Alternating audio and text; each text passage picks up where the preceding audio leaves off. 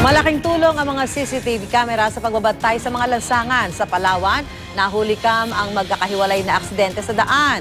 Narito ang report ni Ian Cruz. Ayan, saka pa lang po nag-bin. Sa kuha ng CCTV 9:45 ng gabi noong May 11 sa San Pedro, Puerto Princesa Junction 2, nakapula na ang traffic light sa National Highway. Ang mga sakyan sa Westcomb Road huminto kahit nakago dahil sa parating na ambulansya. Pero ang motor na sumunod sa ambulansya at dumiretso sa intersection, sumalpok sa isa pang motor, sugatan ang dalawang rider.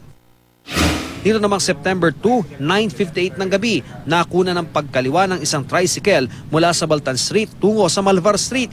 May isa namang motorsiklo sa Malvar Street na nag-overtake sa sinusundang tricycle. Kaya ang resulta, nakabanggaan nito ang pakaliwang tricycle. Nakainom daw ang tumilapong rider na tumangging magpadala sa ospital. September 17, 8:30 PM naman, sa kabaan pa rin ng Malvar Street.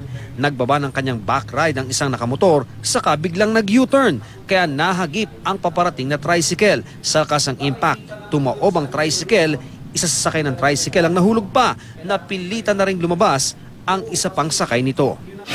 At nitong September 18, 12:54 AM sa San Pedro, Puerto Princesa Junction 2, nakunan mula sa National Road, pakaliwa ng Westcomb Road ang isang tricycle. Samantala, kahit nakastop ang traffic light, tatlong kabataan namang sakay ng isang motorsiklo ang tumawid at diretsyong sumalpok sa pakaliwang tricycle.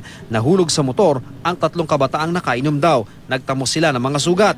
Mula Enero hanggang nitong Setyembre ngayong taon, nasa 796 na ang naitatalang vehicular accident sa Puerto Princesa dito sa Palawan. Nasa 70% raw nito mga motorsiklo. Dalasan po kasi talaga dito ng mga aksidente sa motor.